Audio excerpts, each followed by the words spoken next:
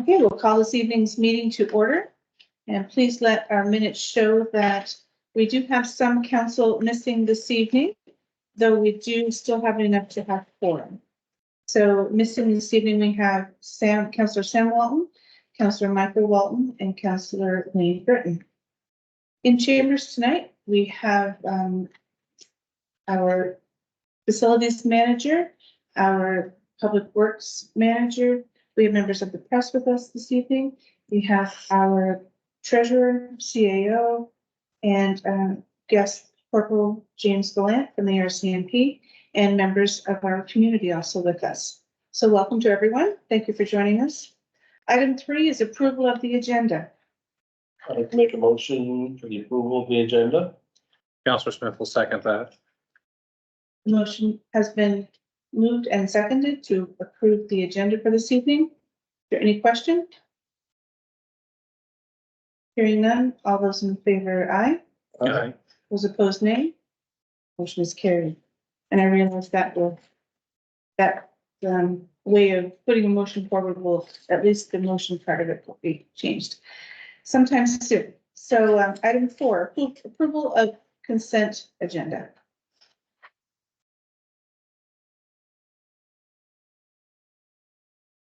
None for this evening.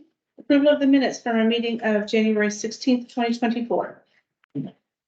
I'll make the motion to approve the minutes of the previous regular meeting on January 16th, 2024. I'll second that motion, Councilor Smith. Motion has been moved and seconded. Any question? Did we not have a regular meeting in February? Yes, we did. Yes, that should be February 16th. 7th. Yeah, let me just- I didn't Want me get to change that? that. I'd like to make a motion to approve the minutes of the previous regular meeting on February 16th, 2024. It's actually the 13th, I believe. Sorry. It was the 13th? I'd like to make a motion to approve the minutes of the previous regular meeting on February 13th, 2024. Okay. I'll second that, Councilor Smith. Been moved and seconded to approve the minutes of February 13th. Any question? Hearing none, all those in favor, aye. Aye. Those opposed, nay. Motion carried. Any disclosure of conflict of interest for this evening's meeting? Hearing none, we will move on to item 7 is correspondence, presentations, petitions. So item 7.1 is an update on local policing and some other matters with Corporal James Gallant. The only real crime trend that keeps coming up in this area is the theft of copper wire, which we're working on. It kind of comes and goes. We have a few one night and then it can go a week or two and we have none. It's just, you gotta let people know if they see some strange vehicle at 2 a.m, if somebody's dragging anything behind them, if somebody's yard smells like burning rubber and they're having a big fire. Those are obviously things that we want to know about and that we can act on. They're usually doing it in the early morning hours. It's very simple. It's quite lucrative for them. I think the province is working on how we're gonna combat it, but there's nothing really in place right now. They either take the copper wire to another province or it's sold elsewhere. Seems to be what we're hearing, but it's definitely being worked on. Other than that, we're working on an operations plan for the solar eclipse, April 8th, especially with Carlton North, the Colonel Hatfields and such, but I'm getting tons of resources for the whole area for C12 for everybody. May I ask a question? Yeah. It's been brought to my attention more than once of if someone is burning something, say in the middle of the night. Yeah. At what point do you guys have the right to go inspect what they're burning? Or is that you have to have a warrant, or there's confusion of, if I just say, look, there's a fire over there. It kind of all depends. If we smell it and we know the person and we see drag marks, I think that gives us enough to go check out the burn pit. But it's gonna be a case to case, Okay. kind of thing. But if we think we can always back off, if we smell it, see drag marks, know the person, and we can get a search warrant. And you would need one that night or to and the property. Really all depends on the situation. Okay. It would have to be the totality of the situation that we take a look at. Understood. Yeah. Thank you. Any other question for Purple Line? Is there anything you want to see from us, the town, to give you guys more information to do your job? I mean, that we're not doing today in your eyes? I mean, we'd be open for suggestions, how we can help you is all. No, I really think our communications between you guys and us have really improved in the past 6 months to a year. Good. So we're on a good track and let's just keep doing that. Okay. Yeah. Is there anything you want from me related to the eclipse? Just, you know, shoot So me I off think an our email. little talk a while ago, I mean, every little community is having something, but just to let you know, there will be extra resources on the highway and in the small villages and towns. So Okay, if you need anything, just let me know. okay, thank you. Thank you very much. Awesome. Thank you, guys. Have a good evening. You too. Item 7.2 on our agenda is relating to the fire at the Covered Bridge Potato Chip Factory. And so as everyone is probably quite aware, on March 1st, the Covered Bridge Potato Chip Company lost their building. And so I do want to say that as a municipality, I've had other municipalities and different people reach out in support of us, but more importantly, reaching out in support of the Albright family and their staff there. And it's been very, very heartwarming to see the reaction and how people have come alongside. And so we just want to continue to, you know, let them know that we will be there to help in any way that we can as a municipality. And I want to thank everyone for how they've reached out and shown support. So it's been greatly appreciated. So.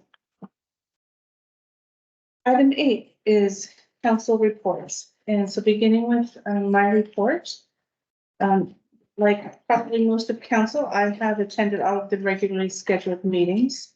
On February 15th, we had the opportunity to meet at the CCC, Councilor M Walton and I, to meet with the RCMP in regard to some community safety issues. And it was formed by some of the members of the Cloverdale, Carlisle area.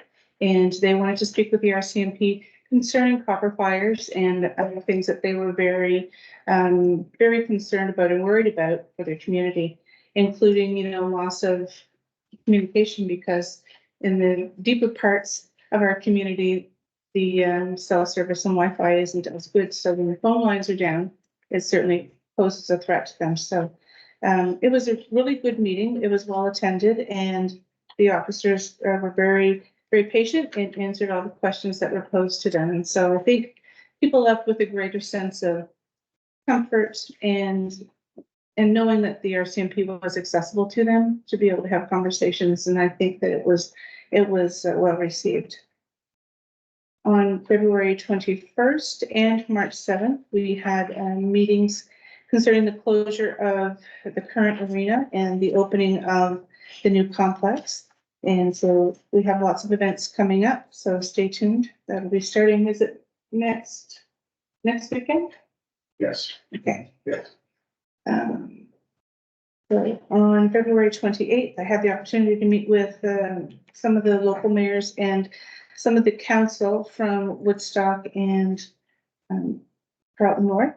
And we were discussing items and issues regarding solid waste. So, and also had a brief update on the logistics pertaining to the Eclipse event.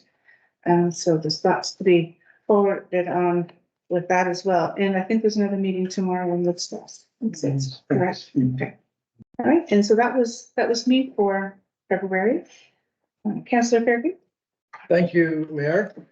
Have attended all regular council meetings. On Tuesday, February the 27th, March 6th, Finance and Infrastructure Committee met. Minutes will be forthcoming with regards to the agenda items presented at that meeting. On the 7th of March, met with residents of the Carlisle, Howard Brook area regarding specifically around road conditions. Residents expressed a significant concern with regards to first responders' ability to make it all sections of the road. There had recently been an ambulance call where the vehicles were delayed because of road conditions. Obvious worries about fire protection. School buses travel that road, as well as concerns were expressed with regards to whether or not the road conditions conceivably could impact their access to property insurance. So that work is ongoing. Like yourself, your worship, received numbers of calls from all over the Maritimes, actually, with regards to the devastating fire at Coverbridge Potato Chips, and very heartwarming to listen to the expressions of concern and offers to help. Ties me up. And thank you for pinch hitting when I wasn't able to Oh, my pleasure. attend the interviews and that sort of thing. So thank you so much for representing in that way. Councilor Britton's not here with us this evening. Councilor Patterson. Like Deputy Mayor Fairgrieve, I attended all council meetings for the last month, as well as some fundraising meetings for the CCCC. I want to make a note to say how encouraged and excited I am on the new, I'm going to say resurrection of the Hartland Legion. Lately, there's been a lot of promotion, some Friday night wings, some bands, some music, and it's nice to see faces, new faces and old faces in that facility.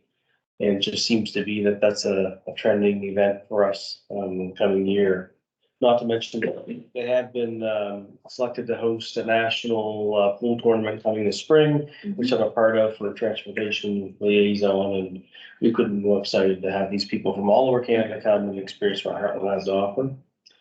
And on another note, I want to say how excited we are as a fundraising group for the new arena bleacher plaque promotion coming up to sell bleacher plaques to the public.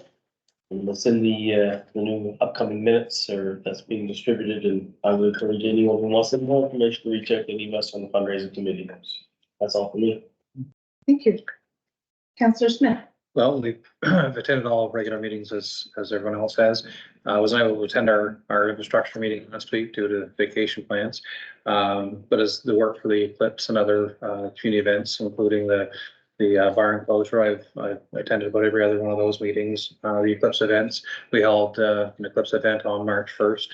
On that evening, and I had dropped off things in the afternoon as we were leaving for vacation, so I haven't had an update as to how the whole event went, but we did have a couple of guests there, one from Florenceville, Mr. Hunter, who's created the balloon that's raising the telescope. We also had the other gentleman come back from Fredericton with the astronomy evening, and so I just need to collect a little information on how that went and finalize some details around that. Planning and details around the actual April 6th and April 8th are ongoing with Michelle, as well as members of the Legion and some other community members who are helping host a dance on the 6th, and then the actual events at the school starting shortly after lunchtime when the buses depart with I guess we're going to have a market that we're going to promote and have some local people come in and do some sales of related items prior to the viewing event that will be held there.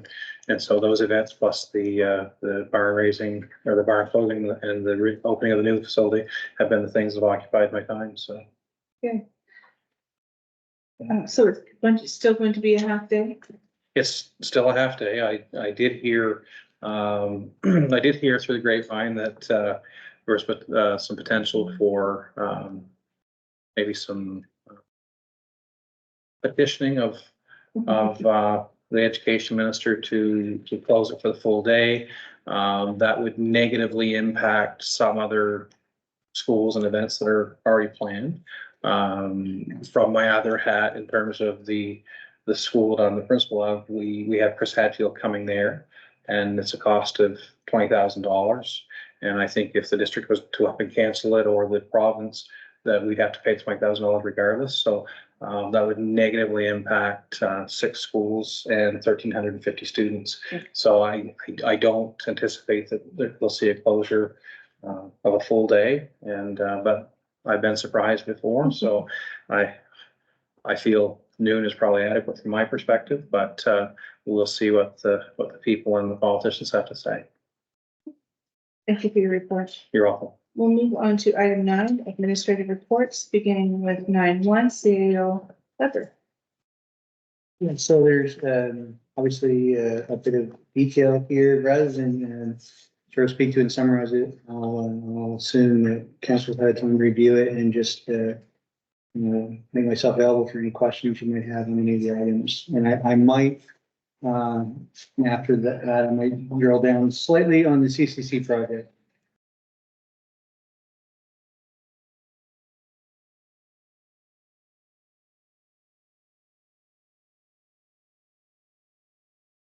Item number 3. It's referred to as emergency management plan. Is that the terminology that has replaced emergency measures plan, or is that something new? Maybe something new. I'm not, I can't say. I'll have to look up and see if emergency measures terminology. I was referencing the provincial document when I did that. So I'll double check that, see if that's correct. I can tell you what it sort of entails, which I think is worth talking about every bit. So what we're seeking to do is, rather than endeavor to rewrite the full emergency management or measures manual that I have that's in our desk and out front, I thought there's a subset of critical information and procedural information that we need to develop. Contact lists, for starters, list of critical equipment, access to, where we might get that, heavy machinery and so forth, not just what we own, but what we can get access to. A subset of protocols that would define when we take action, when we, starting with the town, looking at criteria between the type of outage we have, number of people affected, how long it is, when we internally decide to take notice of that and put and turn our attention to it, and then act at that point, informing mayor and council, and if necessary, convening a meeting to discuss it. And I was speaking, I've been, both Director Nigro and myself, both been looking at this in a couple ways. And in any event, you may know that when an emergency escalates to the point where the town can no longer handle it with its own resources, then at that point, you ask the province to step in, or the province does step in. And that then becomes a different, but there's all kinds of emergencies, if you will, that do not rise to that level, that you're more localized and not as extreme, which still requires take action. And then another piece that I've been working on, and we've been sort of looking at internally, is that I'm creating a matrix of the set of warming stations that are available, potential warming stations that are available in our municipality and even outside our municipality, Air Motor Center, Northern Carleton Community Center, but internally, churches, schools, nonprofit organizations, community centers, our own municipal buildings, et cetera. Well, what we're doing is we're mapping them to a set of criteria or set of attributes, just as what type of heat do they have? Do they have wood stoves? Do they have electric heat? Do they have propane? Do they have, what type of internet connectivity do they have? What is their capacity? Their seating capacity, their sleeping capacity, what do they have for baths? What do they have for kitchens, et cetera, and quantify those things. So you have a set of information, because of course, emergency may only affect or be localized within Hartland in one area, in which case you have to evacuate or move people to another. So anyhow, what we're trying to do is create a critical subset. So a couple of the references that we'll have, and I'm thinking an Excel sheet, which will have this really important reference information, and that we'll have and maintain, which we can pour into or transfer into our main emergency management document. And then we'll have a set of protocols that will explain what things will inspire us or will have us that we'll act on. And So, and when you read the current document, those things are not necessarily clear and or current. So the idea that we might, a company, again, not seeking to replace, but to take a critical subset of that information that we can then action more effectively, and that's more understandable and usable for the folks who would be called upon to use and follow it. So that's kind of what we're endeavoring to do. Who's the lead on this? I am. And who else is involved? John is helping out as well. And we're interfacing with, you know, colleagues and, you know, in other towns, and emergency management people will be sharing some of that information with them as we move. Peter Kavanaugh involved at all? We did not meet with Peter. He has someone who I believe was his acting replacement, which we met with probably 2 months ago now, in a meeting. So Peter's, I don't remember the timing when he was going to be reinserted in the process, but at the time he wasn't there. But the person who's acting his role was. Will we get regular updates on that? Yes. Yeah, and if I had more to show, what I have is kind of rough right now. It's the policy documents, an outline, the information on contacts and equipment, and the matrix is early. There's some good things there, I'd like to think, but in any event, it's probably not worth sharing at this point. I would hope and expect probably by April, you would be able to, you know, circulate that. And it also may be something that's a very good thing to do in a committee of the whole meeting. Where there can be more interplay and exchange and communication. We can reference it. And yeah, we can get feedback from council on it. Thank you. And these guys, perhaps item 16, oh, go ahead. Good question on number 4, CEO, member. Where does that put us in light of the time constraints we had for our grant for our signs? I guess we talked a couple weeks ago that maybe we would go and try to get some invoices on some space signs before the logo was done. Is that still gonna happen, or are we kind of gonna miss our timeline? I don't think we've missed the timeline. We're trying to, I think ascertain, and Michelle, who's online, can add in here, but we may not be bound by the end of March in terms of getting invoices. There may be extension. Yeah, we may be able to extend past that, which would enable us to more comfortably address that. 100%. Thank you. And you thought maybe item 16 for a little more clarification? Yes, so there's a lot of information there. I won't speak to all of it. I know there was some concern raised about a couple things. So I'll talk about the fire flow, our fire flow challenge and as well, just sort of the general look at the timelines and why demolition is taking place when it is. So starting with fire flow. So this is a subject that can get reasonably complicated quickly, but I'll sort of keep it at a higher level. The metrics that we have been referencing with Troy Life, who's our sprinkler company, and with our engineers, both our engineers on the project and Dylan, our town engineer, are a combination of gallons per minute and pressure. And the two sort of choices is how do you get the required gallons per minute and how do you get the required pressure?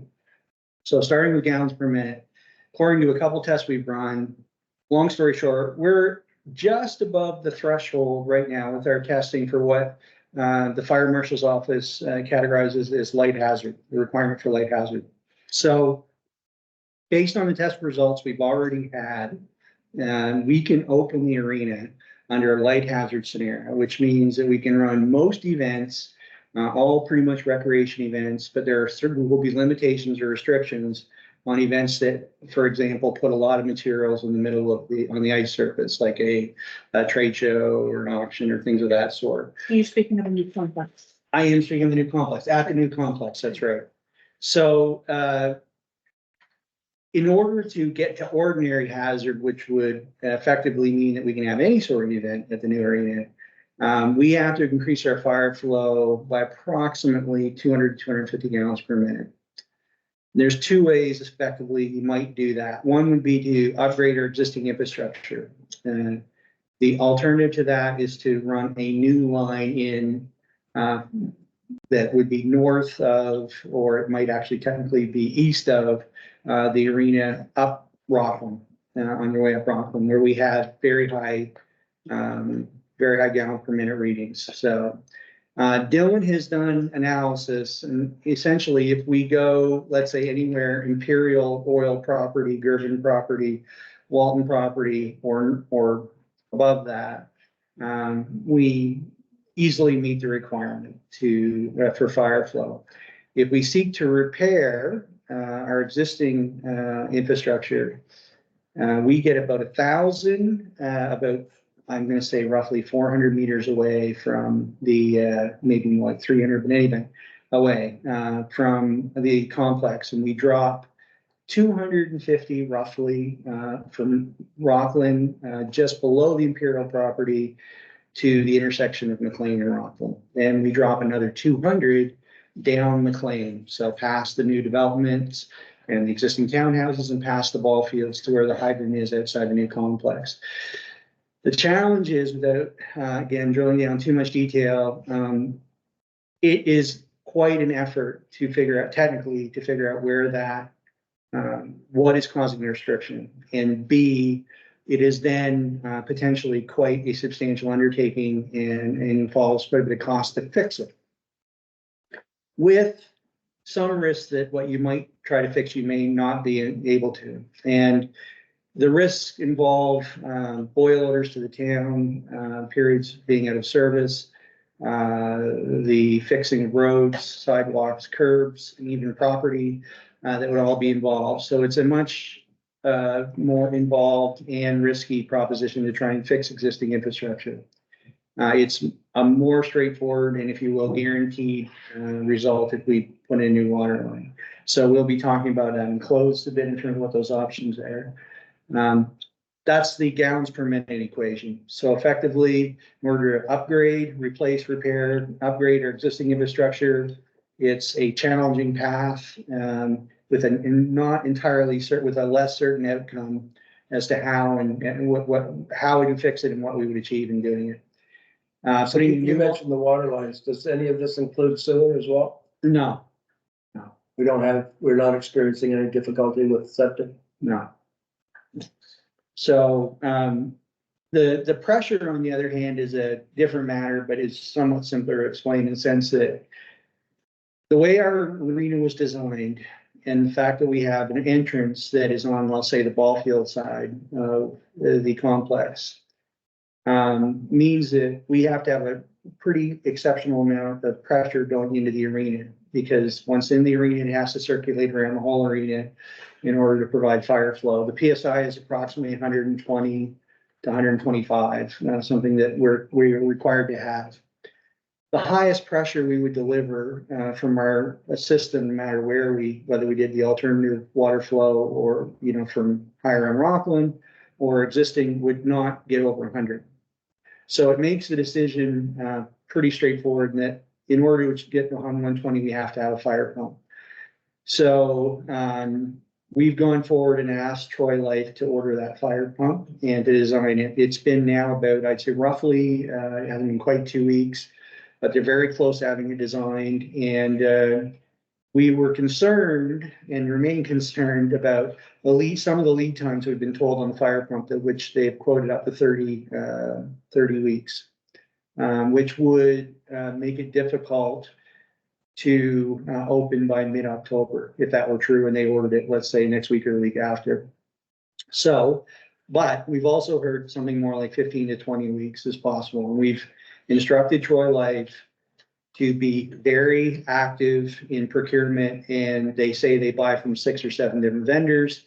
They have various channels that we would seek to access one that could ensure delivery in a shorter time frame, in which case the main impediment to us opening on time, if you will, or toward our target date of mid-October is that. And after that, I won't say we're home free, but the other risks are considerably lower than what the fire pump poses to the timeline.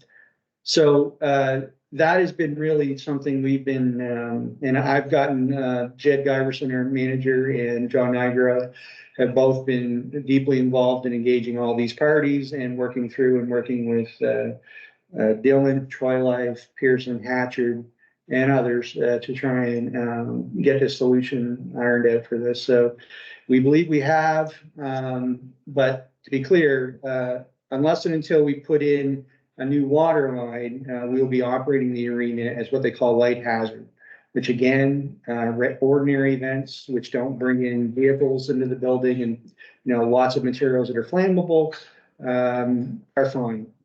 But there will be restrictions on some of those types of things until we put that in. Would those restrictions impact the food service area? No. Speaking of the food service area, I know it says in here that we're looking at a conventional kitchen or a home or residential kitchen versus commercial. That's not in the canteen, but off the community room. Okay, So there's two kitchen areas in the, if you will, if you want to call them kitchen. There's the canteen, which will be commercial. Okay. And where the equipment will be commercial and it's being built and constructed as such. And then there's the community kitchen, which is off the community room, Okay. which we'll use non-commercial appliances. And perfect. Thank you. so the second question that some have asked is about demolition and why do we start demolition? So what some would perceive as early if we start in April.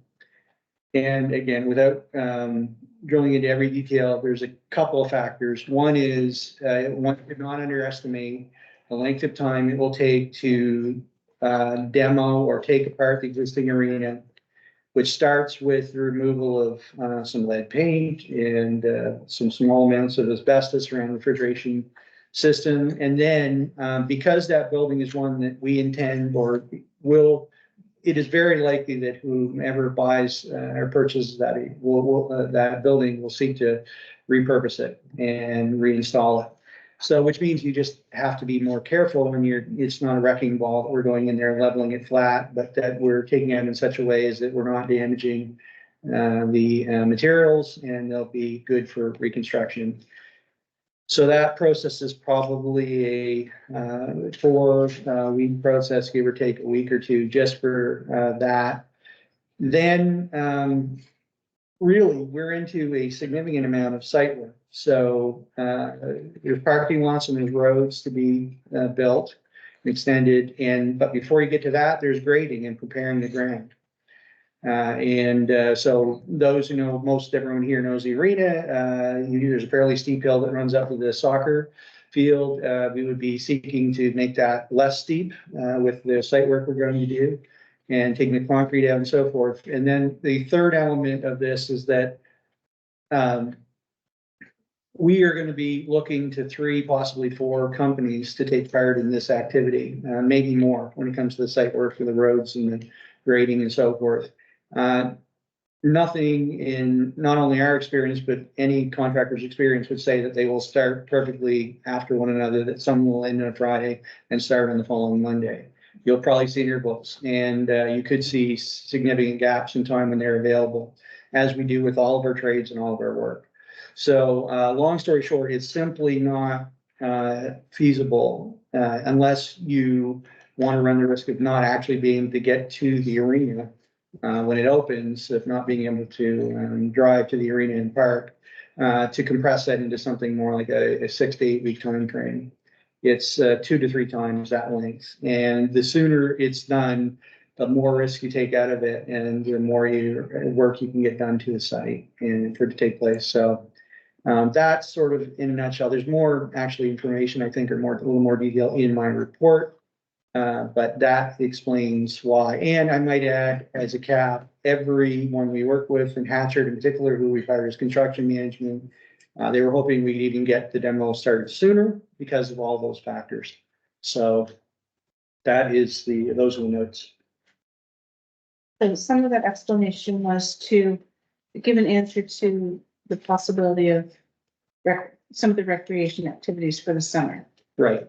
Yeah, thank you for noting that. So the 2 main activities that are impacted by that, and then I think we'll speak to in the recreation report a bit, are the pool and fun park. So I'll do the very high level, and John and others can fill in with more detail. With respect to Fun Park, we've already made an agreement to relocate those. We'll be having Fun Park, just not in the recreation, obviously it won't be an arena there, so we're gonna have that in an alternate, location. And that alternate location will probably be looking at also at some sort of shuttle service, so they can kind of go back and forth from the pool.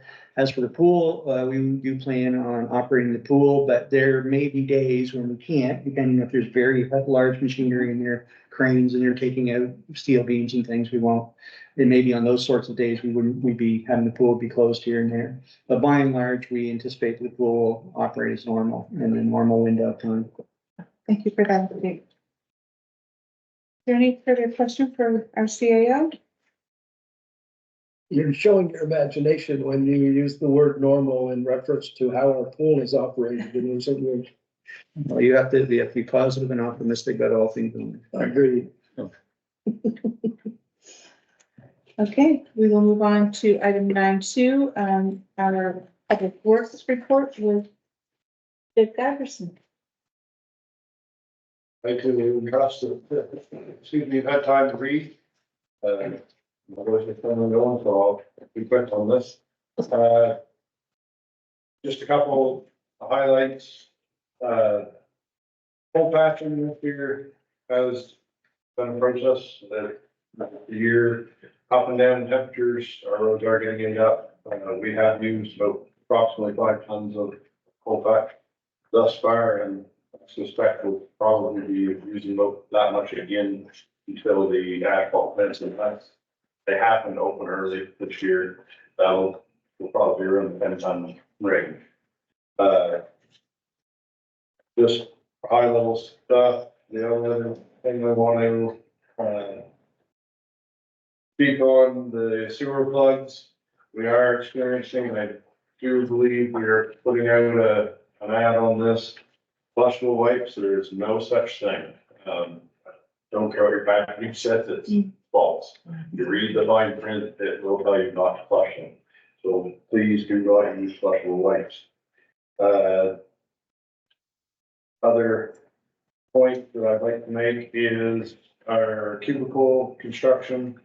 Through the generosity of Van Ross, we obtained 4 cubicles at no cost to us.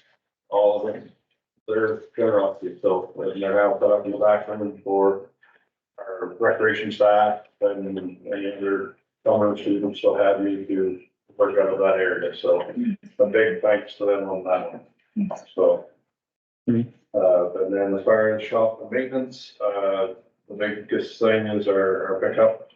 We're gonna have it back tomorrow morning. But it experienced some trouble this month, so. Hit a pothole? No, it holds a can bearing, so. Don't think potholes are culprit. How many kilometers on your truck? I believe you're asking me on the spot, but it's around 200,000. And what is do we have that in the budget to replace those every 6 years? Is that what we do, or 7, or? It's not in there right now, no. Yeah, I wouldn't say we've established a, culture in that. I mean, I didn't speak to it, but we've just done inventories of public works and recreation. We're in the middle of doing one at town hall and seeking to do one with the fire department. And to put some of those metrics or some of those bookmarks in useful life, wear and tear and condition of the vehicle, and actually like quantifiably rank and rate our equipment, and then to transfer, get a score on them essentially in assets, and then prioritize their replacement for capital planning alongside all of the other things we would possibly invest in from a capital planning standpoint. So that's also something that, I mean, I don't think is ready for prime time in terms of sharing, but that's soon. So, and it's also something that the through the Infrastructure and Finance Committee, and we're going to be sharing and showing, and it's something that at the future committee of the whole meeting again would be a good item to look at in detail. One last question, Jed, the backhoe, is it inoperable right now, or is it? No, it is still running. So even with the blow by, it's operational to do what you need to do, and Yes. and did they give you an indication of how long it would run maybe that way, or is it just a ticking? we've never dove into it deep enough to give that full analysis. And that's an asset you use daily. Most of the year, yes, this 5 years. So by looks of the hours, you use it a lot. Yes. Thank you. Any further questions? Good. No, thank you. Item 9.3, recreation report with John Nigro. Evening, everyone. So, the highlights for the recreational report. I'd like to touch on camp day last week during March break. It was a great success. We had about 15 kids participate in a variety of activities. Big thank you to our recreation coordinators, Anna and Sean, and our 2 volunteers, Fiona and Chelsea, for assisting with that. Special thanks to Freshmark for their food and beverage donation as well for that day. That was very much appreciated. To touch on CAO Weber's point about Fun Park, we have reached out to some neighboring locations and organizations regarding our replacement location for that, and we are currently discussing that, and it looks like we found a suitable option. Again, we're looking at a shuttle service to take the participants for Fun Park back and forth from location to the pool over the 8 weeks. That is ongoing as well. In terms of other programs, soccer has been looked at, is being looked at quite extensively right now. U6 has been identified as the biggest area of need, so we are looking at that very closely. Pool operations are being reviewed to CAO Weber's point again, to make sure that we are in line for a normal operating season. And being optimistic about that. Thankfully, we are experiencing a bit of an early thaw, so that does help with getting the pool looked at, and any potential repairs that need to be done earlier and sooner rather than later.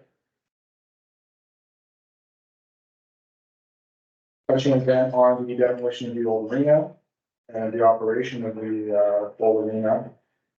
The concern was that the pool would be affected or could be affected in some way. Construction management has assured us that the only concern would be, to CAO Weber's point, the odd day here and there for the movement of large materials. And we would make all our conscious effort to notify people if the leak goes on a certain day. Just a question. When did you say the demolition would start on the old arena? The RFP is currently being developed, so we're looking at a potential Start date? April. We don't have an exact start date, but month, looking at April. Late. Late April.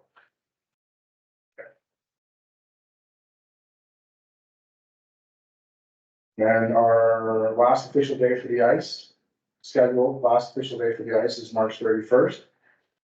Going on to that, with the closing of the barn and all the celebration involved with that, the calendar is being updated for all the events, and we're releasing a newsletter right now, or I think it's in the next newsletter actually, so that we have some scheduled events for that. Some highlights: we have a curling event next week, ladies round robin tournament March 24th.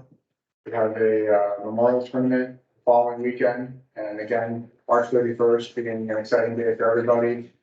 Having a public skate, music, hoping to have a little bit of a light show, and pictures with the Zamboni. So stay tuned to the newsletter for all events coming out regarding that. And then April 13th will be our,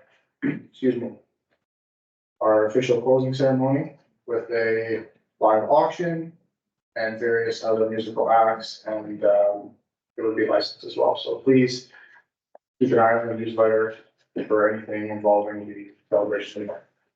And everything will be advertised on our page as well. Yeah, right? yes, thank you. So we are developing a poster this week, and that will be released on our pages for that.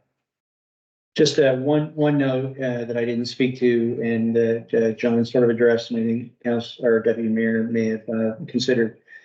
Part of the timing of the demolition, it would be our preference to be able to have that made big part of demolition before the pool opens. So it doesn't interfere if there's slip in the contractor, but our hope is to have that done. Now, there'll still be site work and there'll be machinery, but the big, heavy and demolition hopefully will be out of the way and over by the time we'll be seeking to open the pool, which de-risks the run of it. I did have an opportunity to meet Sean the other night, so I want to give him an official welcome. And the barn meetings have been going well, and so thanks for taking the lead on those. So any other questions for John? If not, thank you. Hey. Okay, next we'll move on to Michelle Derrah, our Communications and Development Specialist. Good evening, Mayor and Council. I've been working on a few things since the last council meeting. So one is I'm working on an interactive Google map that shows all the Hartland businesses, recreation facilities, and points of interest. And that map can be added to our website once it's completed. So that can be used locally as well as by visitors and tourists to find businesses based on category. And I have been using our notification system. So hopefully you've been getting some notices about the eclipse glasses, about the stargazing event that happened at the golf club. So I've been pushing those out on the notification system.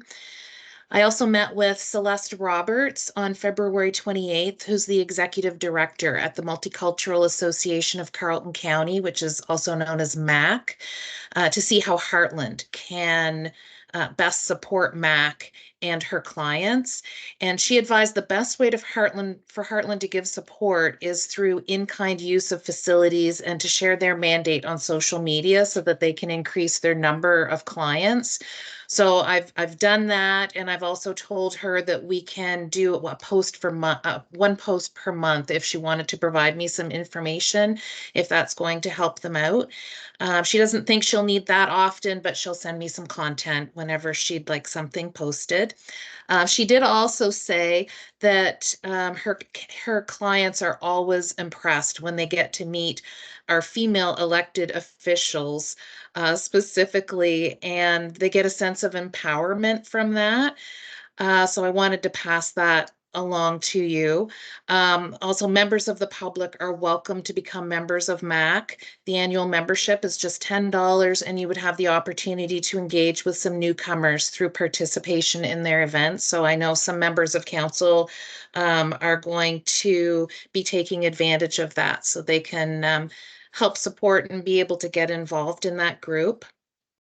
I attended a public input session for renewal of New Brunswick's poverty reduction plan. We broke out into groups to discuss potential ways to improve social and economic impact on New Brunswickers. And those ideas provided have been passed along to New Brunswick's Economic and Social Inclusion Corporation, so ESIC. And that will be used to shape the next poverty reduction plan. I included a link to to find out more information, and there was a survey or a questionnaire on there as well. So I did include that in council's package, but it was www.nbtogether.ca. So council or members of the public are welcome to go there to fill that out if you have ideas that can help with that. The newsletter that was submitted to Quick Copy, and just an update. I actually picked it up tonight, so it's a little bit ahead of schedule. So I'll be dropping that off at the post office tomorrow. So they'll be getting that out right away. So people will probably be seeing that in their mailboxes before the end of this week. And I did provide a digital copy of that to council. So we'll be putting that newsletter up. It'll go up on the website before the end of this week, and I think I've scheduled a post for Friday to get that out on Facebook so that people can see all the information in there before the weekend. I did a presentation on March 7th through Teams. It was with 9 attendees from ACOA, RDC, Tourism, Heritage and Culture, and the Regional Service Commission to get their feedback and determine if they feel we're ready to apply to for some funding to for the Glen Group's feasibility review. And so that's with regards to the downtown waterfront revitalization project. So they did pass along that they thought it was great information. It sounds like a good project. They do want to add a few more things to our feasibility review. So RDC and ACOA are going to get back to me on what that new list looks like. Then I can pass it along to the Glen Group to get them to reprice that to see what we're looking at. And we'll go from there. RDC have said that that is something they'll support, I believe, at the 40% level, but depending on what this new number looks like, you know, depending on how much more in-depth they want, we can ask COA to assist on that. They just felt that at the current $6,000 level, it's probably not much point in both of them coming in on it. So we'll kind of feel that out and see how that goes. Then I applied to Canada Post's Community Foundation Grant. I submitted that for $24,925 of recreation equipment, and we should be hearing on that application status in July or August. So we've got a little while before we'll know on that one. And then someone brought it up earlier, the rebranding exercise. So we actually did submit to Environment and Local Government for some additional funding on that, because it wasn't, initially we thought Ignite was going to be able to help us out with that, and they couldn't. So we did submit a request for additional funding for that and for the website. So that was an extra $25,000, seems to me, that got approved there. So they're telling us that they're probably going to either extend or do something to reimburse us or to advance us, I guess, the funds for that. If not, again, we will be able to find a company and basically prepay for those services. So that is on our radar to make sure we don't miss out on using any of that funding. I also reached out to RDC to see if there was any funds available to cover the fire pump and or water infrastructure that's going to be needed for the community complex that CAO Weber mentioned earlier. So they had confirmed that if there are no other adjustments to the existing budget that would accommodate the fire pump, then they could amend the bilateral agreement to include that.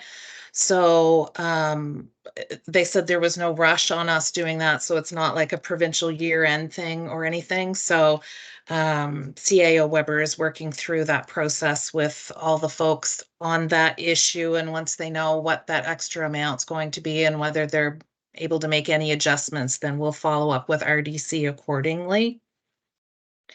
Then the next two items you're going to be visiting under new business. So the proposed community public art program grant application. I can give you some background on this now. So the deadline for that is March 15th. So it's just in a few days. It's a provincial program that funds 100% of a project up to $50,000. So following conversations with the gallery in Florenceville, Bristol, and our landscape design architect at the Glen Group, I'm proposing an application for Hartland's first piece of public art to be installed on Hartland's downtown waterfront area. And that precise location could be determined by Dan Glen or the Glen Group as they work through that downtown waterfront development project layout. And also in consultation with Dan Glen, the project would be a broad interpretation of bridging communities, which is relevant through recent municipal reform amalgamations, as well as from a historical and cultural point of view. And then I had attached a copy of that application for your reference. And so that'll be discussed again in new business in just a little bit. Also in new business is I'm proposing a Farm Credit Canada AGRI-SPIRIT grant. application. So that helps fund a number of things like refrigeration and equipment to support food waste reduction and recovery, construction of or upgrades to community buildings, renovations or upgrades that reduce a building's energy footprint, greenhouses and community gardens, and initiatives that support agriculture and food. So the AGRI-SPIRIT Fund funds up to $25,000 at 100% toward a project. So based on the types of projects they support that I just mentioned, the community room and kitchen in the new community complex is a great fit. And it's a way that would help with that community complex budget as well. So applications open in April. So the application isn't available yet, but sometimes with these, as you just heard on the community public art program, we just had a couple weeks on that one. So that's why I'm getting this one in front of you now in case it's a short window when it comes up in April, so that I can jump on that and apply for that. So I did provide a detailed list that the Director of Facilities and Operations, as well as CAO Weber, came up with a suitable list for that project that you'll be reviewing in a little bit. Our Young Canada Work Summer Student application for the 2 bilingual students to work at the Visitor Information Center was declined, unfortunately. They said we had a good application and we're really close to making the cut. So they've got us on a waiting list in case someone doesn't use one of their approved slots. And so, yeah, so hopefully we can hear back, but I have submitted that same those same 2 positions with some other grant applications. So we're not completely out of it. This was just an extra one that typically wasn't applied for in the past that I thought we'd give a try. As for planning and development, there were no building permits issued in the month of February. And with regards to the conversion to a public street for that portion that's in behind the courtyard, DNRD talked to Aboriginal Affairs and there were no major concerns. So we're moving forward on that, but it's going to be a slow process. They're not used to doing this. So they said that's going to slow it down in itself. And we're not really in a rush because it's going to be used how it's being used now, basically. And Belterre have prepared a tentative site plan, which includes the proposed streets for us to show to Dylan. And CAO Weber is working with the Rockland Road property owners to determine if water and street access or street access is feasible, or whether it needs to go through McLean Avenue. And as you probably all know, the 2024 property tax notices have been mailed out by the province. So you've probably all got those in the mail. Ignite are hosting a job fair for our SC12 at the Amsterdam Inn on March 20th. So I did forward that to all the Hartland businesses and organizations that were in my database to try to spread the word on that. And I'm continuing to work with the entrepreneur who's looking to put a cafe in Hartland. So we're still exploring some possibilities there. So hopefully we'll come up with something. We were going back and forth this morning and hopefully we've got some different options anyway. So hopefully we can do something there with them. And as Councilor Smith mentioned earlier, an eclipse viewing party is planned for April 8th at the Hartland Community School. It will include the balloon live stream from 2:30 to 4:45, an outdoor viewing of the eclipse and a market from 2 to 5. And then on the 6th, the eclipse dance is organized at the Hartland Legion. And any profits will go towards the community complex project as council requested. And we are looking for volunteers at the who would be able to run the table at the entrance to take money, set up the day of, help stock the bar, just doing some different things around that. So if council or anyone listening is interested in helping out, we would appreciate that. Thank you, Michelle. Any questions for Michelle regarding her report? Thank you. Thank you, Michelle. All right, you're welcome.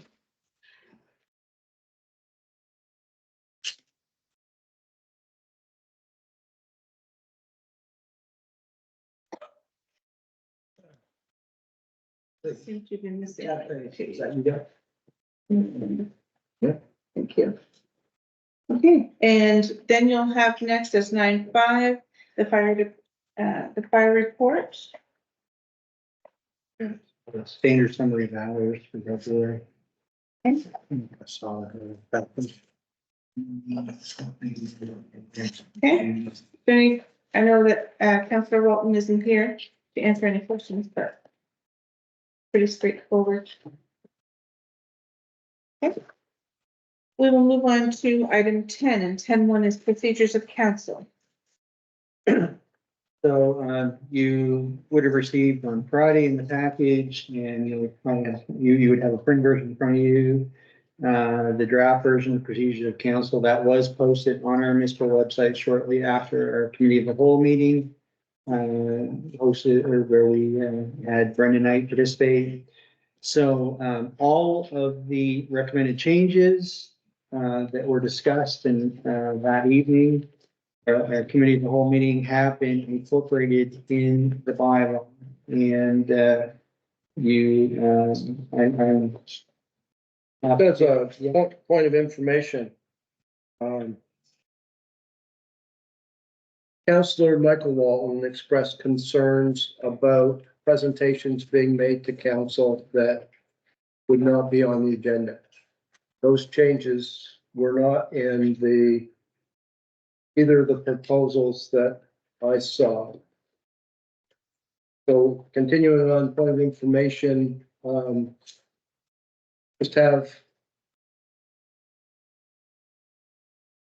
give you some more detail regarding the concerns that he expressed, a little bit in the way of background, and then I intend to propose an amendment.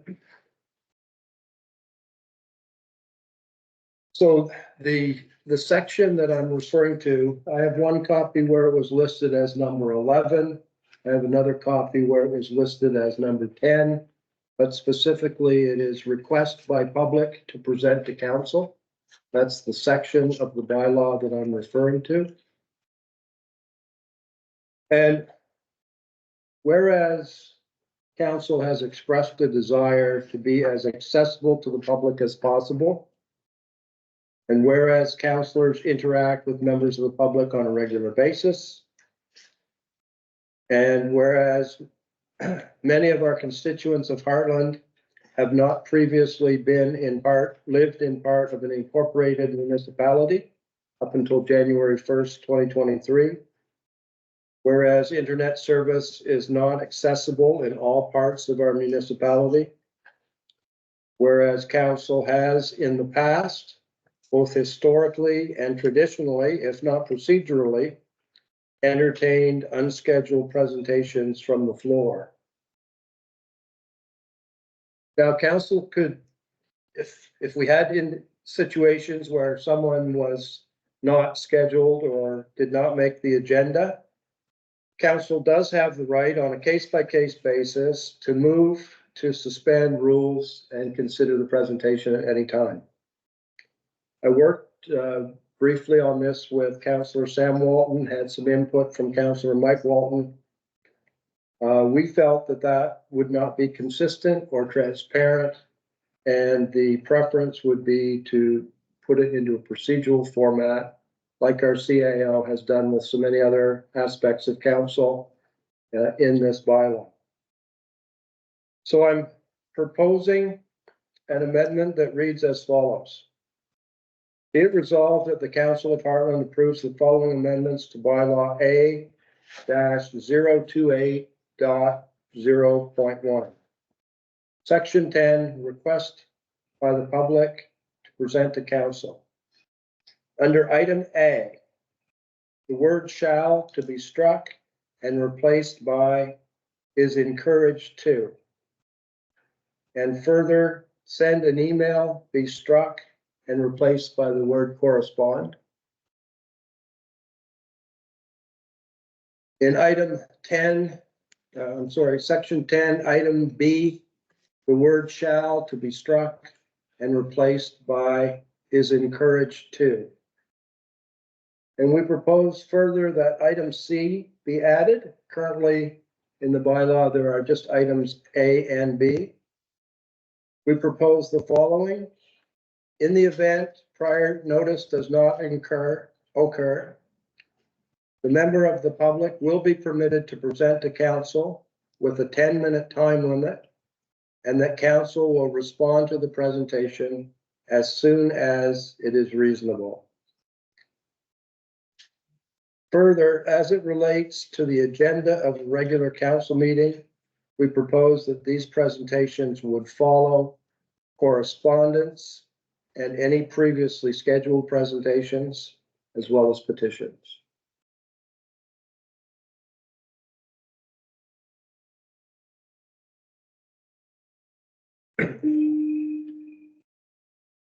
I believe councilors plural Walton may have expressed their support for this motion. I heard both of them today, and they both said that you would be bringing forth these amendments, potential amendments, and they were in support of those. And wanted to make that known where they could not be here this evening. Thank you. Any questions?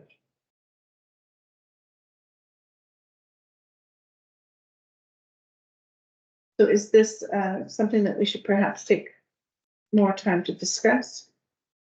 Well, you're able to amend, you can make a recommendation to amend, or just straight motion to amend, the bylaw as it exists.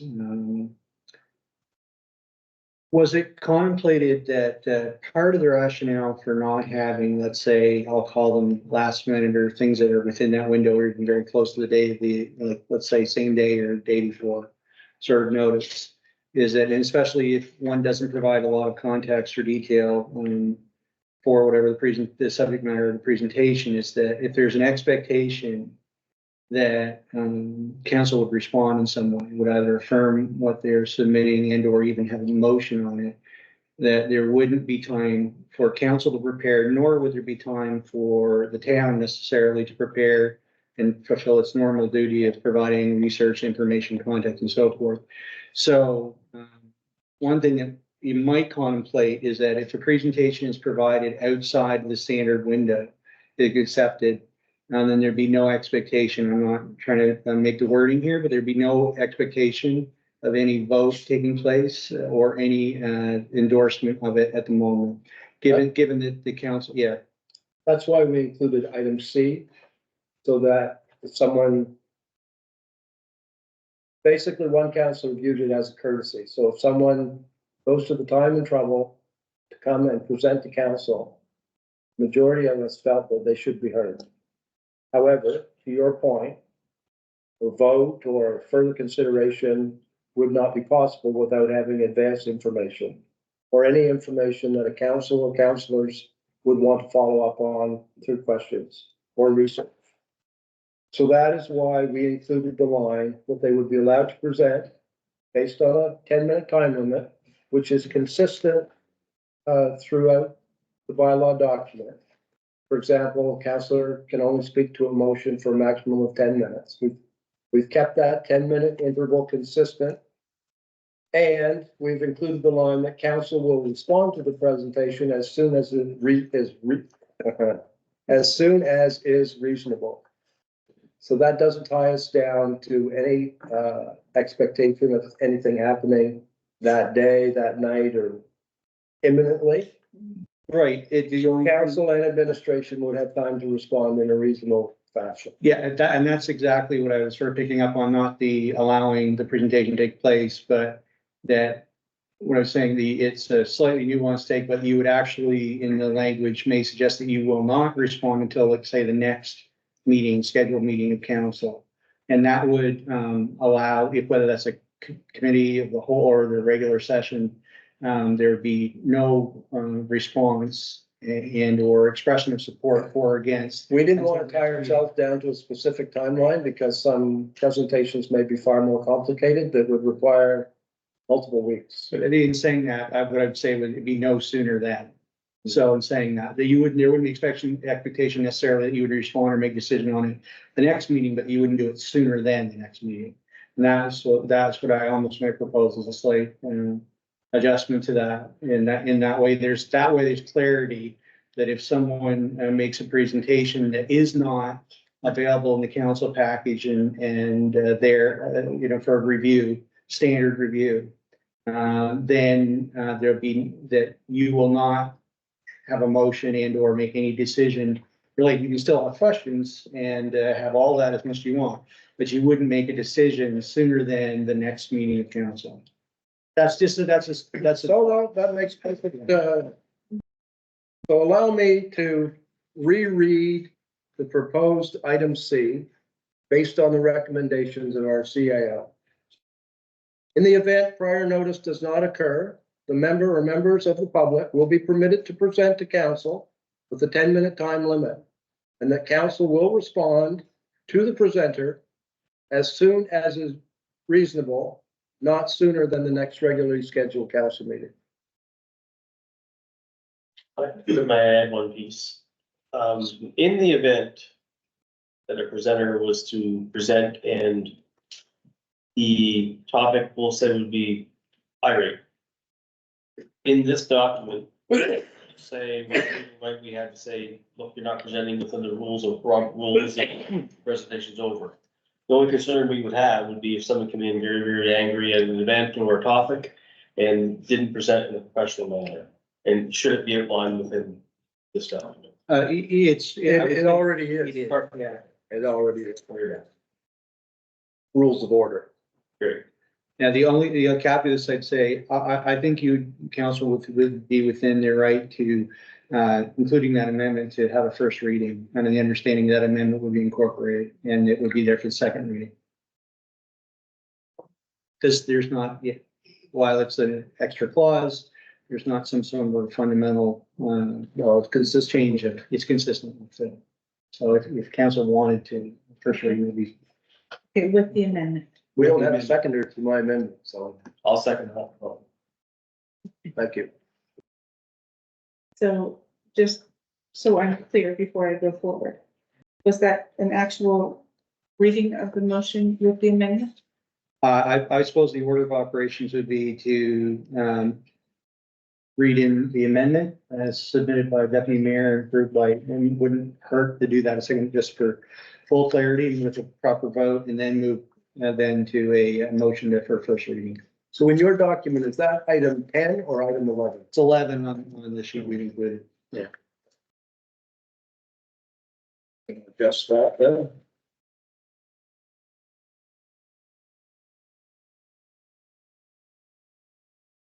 Want me to reread it? Yes, please. Just the resolution? Just a resolution. Be resolved that the Council of Hartland approves the following amendment to bylaw A-028.01. Section 11, request by public to present to council. Item A, the word shall be struck and replaced by is encouraged to. And further, send by email be struck and replaced by correspond. Section 11, item B, the word shall be struck and replaced by is encouraged to. Further, item C be added, that reads as follows. In the event prior notice does not occur, the members of the public will be permitted to present to council with a 10-minute time limit, and that council will respond to the presentation as soon as is reasonable, but not sooner than the next regularly scheduled council meeting. End of amendment, but the recommendation as to where this falls in the agenda would be to any regularly scheduled presentations would take priority, as well as petitions. So item 6, I believe, is the usual agenda item. Go to what Councilor Fairgrieve just read in his second. Is that correct? I'll second that. Okay, the amendment has been moved and seconded. Is there any question? Hearing none, all those in favor signify by saying aye. Aye. Those, aye. Those opposed, nay. Motion is carried. Thank you. So then we can read that as the first reading, correct? Okay. So now we're ready to take this motion and read it as a first reading, now that we've had the amendment. Be it resolved, the Council of Hartland approves the first reading of bylaw A-028.01, having the title procedural bylaw for the Council of Hartland. I'll second that. This motion has been moved and seconded. Is there any question? Hearing none, all those in favor, aye. Aye. Aye. Those opposed, nay. Motion is carried. Moving on to item 10.2, disposition of arena. So, in a conversation with Councilor Walton, I think the week before last, he asked if we had ever considered keeping all or part of the arena, for reuse as a, municipal facility or building. And, what I say here in the summary, I'm trying to think if I should try to paraphrase Councilor Walton, but you'll never be able to build a arena any cheaper than by doing this. This is kind of a one-time chance. Now, the trick is that, of course, our budget, I would say, is tight on the existing arena. And while we're still tracking to, be within the envelope, this could significantly alter that. If we were strictly paying for demolition and then we kept all of part of the building. And what might we use it for would be for a combination of storage and public workspace. And it could be put in a couple different locations. And we might also add that our storage space is fairly constrained and limited at the new complex. So thought maybe it's a new complex. Lots of storage space, put lots of things. Actually not. We actually have fairly significant limits on how much space we have. So I just wanted to bring this to the attention of council, something we're going to have to think about and think about somewhat quickly. Now we could, in releasing the tender / RFP on this, phrase in such a way as saying that we could ask for costing with or without purchasing the building and or part of it. And I don't think, rather than make it too tricky, you would say probably half or all or none. If you got 100% of the building, if you got half the building, if you got none of the building, what would you quote for cost? I wouldn't really say a great deal more than that. It's a fairly big decision, but as I sort of suggest here, if we look down the road 5-10 years, and maybe sooner than that even, we may be thinking, why didn't we keep part of that building, or how nice it might have been had we kept part of that building if we're faced with the decision of building a new building somewhere else. So that's, I think Councilor Walton was quite correct in pointing out is understanding this as a sort of a special one-time opportunity that's in front of in front of us now. Until the actual figures in here, I'd say that I don't have, I see entirely the merits, and hence why we've added to the agenda what Councilor Walton is suggesting. And I think there's no question that Public Works and the town in general, when we think storage, could make good use of, and I'll say half of that building. Question. Yeah. I've been led to believe throughout this process that demand would be strong for that building, and that response to however the tenders were, it would be fairly strong as well. So is that accurate? I believe so. I mean, we won't know until we post it, but we've gotten some preliminary interest expressed to us by companies. So I think 3-4 companies expressed a pretty keen interest in purchasing the building and doing the work. So I would expect we would net a decent, price for them. But again, even if we get a good price, the cost of repurposing an existing building like that one is considerably lower than new construction would likely entail. So, or would involve. One element I'd look into was, it wasn't that many years ago that we had to go through a rush engineering report to deem that building fit to be used, so it would fall under the municipal insurance of our town. And there was I can remember vividly, have to hire an engineering firm to come in and do drone tests and take siding off, so perhaps a conversation with our insurance company to see if that's even allowable or feasible with the age of the building, because they, at the time, they seemed very, we'll say, opposed to insuring that facility. So before we make that decision, I think you should take some time and sit with the insurance firm, and because it seems that the municipal side of the insurance is different than the commercial side of the insurance and what they allow. So just to that point. No, it's a very good point. I would say that, our use of the new building would be in all likelihood quite different than, so it wouldn't be necessarily heated or electrified even. Well, It may, structural- part of it might be my, It but was just simple definitely storage It space was a for. constructural concern they had, and Okay, which might have been asinine at the time in my eyes, to be honest, but obviously it passed all tests, but I would hate to neglect the chance to, cash in on some resources and then find out we can't re-erect it or reuse it due to insurance claims, so. Madam Mayor, if I may, to that point, those concerns were with the concrete or the structural underneath. Well, I disagree, Jed, and I say I disagree because we were forced to take steel off to look at I think it's called the girders, and to see if they're sagging in the roof as well. And I understood your point about where the form sets, but I just to be sure, No, I think it's something we have to. I don't think that we don't have that conversation, but I just to relieve your worries, actually. I believe it was more underground. Yeah. And if I may as well, something that I've been thinking as you're talking here.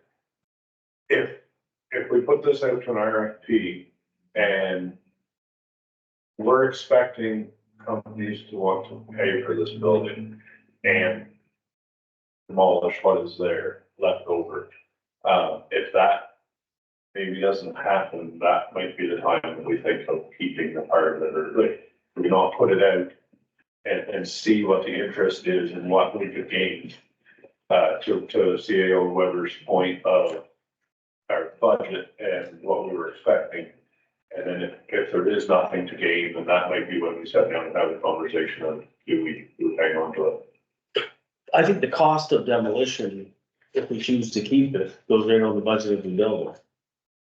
So by thinking that if a company was to come in and demolition and clean the site up and get prepared for a parking lot, that's quite a savings to the project in essence, compared to us paying a firm to demo it, store, re-erect it, dig up the concrete. I mean, I think it has to be really, really analyzed.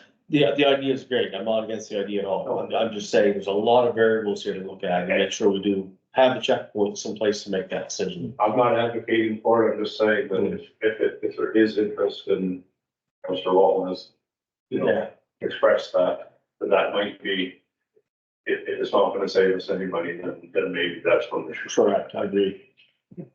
We could use it. If insurance allows it. Yeah. There's a gain to have. Yeah. Good points brought up. Thank you very much for that. That's the end of that discussion. Okay. We'll move on to new business. Item 11.1, grant application for GNB's community public art program. so I think, Michelle or Derrah spoke to this earlier. Sometimes when I boil this down, this is, she discovered or became aware of this grant, which pays 100%, 50,000 public art.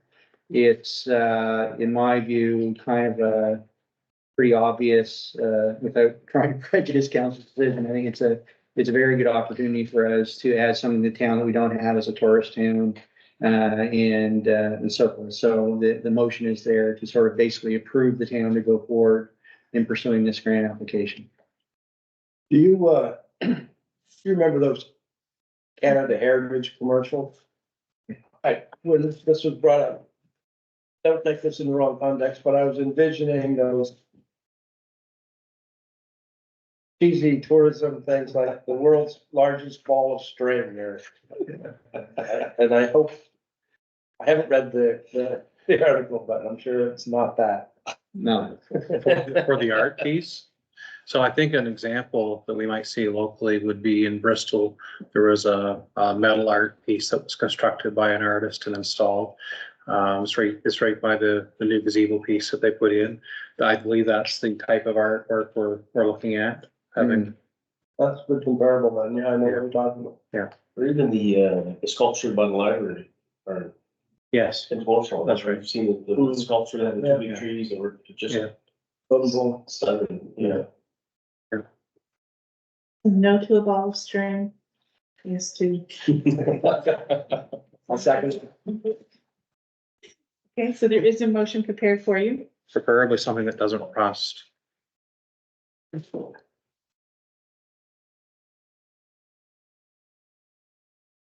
I cannot find any copies. Thank you very much. Yeah. Be it resolved that the Council of Hartland approves the town to apply for the Community Public Art Program grant for $50,000 to cover the cost of constructing a single public art piece near the waterfront. I'll second that. Motion has been moved and seconded. Is there any question? Hearing none, all those in favor, aye. Aye. Aye. Those opposed? Motion is carried. Item 11.2, grant application for Farm Credit Canada's AGRI-SPIRIT Fund. So there's kind of, I guess, two elements to this. One is it's a grant again, 100%, 25,000. There's really a little reason you would think not to go forward, but in any event, it's a great find by Michelle again, Derrah. But I don't know. I'll invite council to, wonder if there's anything. I would think that what we proposed is being covered makes sense. It's sort of all standard things, and when we did that, we obviously sort of looked at what fit best under the criteria of the grant and what we thought would, maximize our opportunity to be rewarded with it. So In the only question I have is in the budget that we read through a few moments ago, there seems like there's a little more money to be squeezed out of the 25,000 exactly.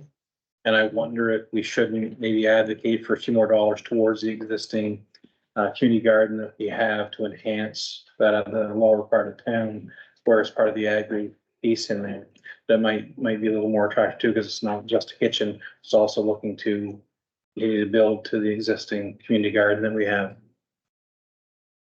Whether there's five or not. Go ahead, Michelle, you would. I was gonna say, I can speak to that if council would prefer. Yes, please. So the items that would be included in that, it's actually $41,500 worth of things. So it's things that would already be in that community room that you would have been planning in your community complex budget anyway. So this is going to help you with that. So 41,500, including cabinetry and shelving, appliances, utensils, all of those sorts of things.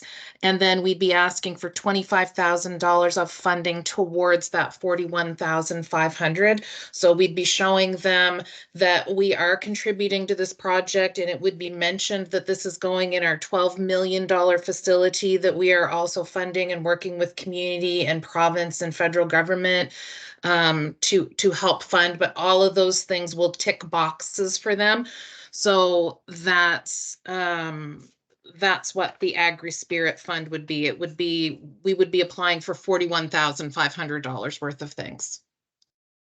Thank you, Michelle. I just didn't know if maybe we need to check another box, making sure that we did hit that community gardening piece. Yes, there's actually kids club garden, tools, seeds, fertilizer. That was all included in it. We were thinking a program for the kids immediately outside of the community complex, so that, for example, vegetables, they can plant them, they can harvest the vegetables, and then they can can them or vacuum seal. There'd be some different equipment that would be related to that. So hopefully we'll have enough time when the application opens to give you a little bit more detail of what the application looks like. Hopefully there'll be a long enough window there, but that's what the intent would be. Thank you. Thank you. Thank you, Michelle. Be it resolved that the Council of Hartland approves the town to apply for the AGRI-SPIRIT grant for $25,000 to cover community room equipment and resource costs in the new complex. I'll second that, Councilor Smith. Motion has been moved and seconded. Is there any question? Hearing none, all those in favor, aye? Aye. Aye. Those opposed? Motion is carried. So item 12 is the date of our next meeting. So 12/1, Tuesday, March 26th at 6:30, we have a committee of the whole meeting here in council chambers. And Tuesday, April 9th is our next regular meeting here at 6:30 in the evening. Our next item would be adjournment. I make a motion to adjourn. We'll go to closed session. Seconded? Moved and seconded to adjourn and move to closed session. All those in favor, aye? Aye. Those opposed, nay. Motion is carried. Thank you.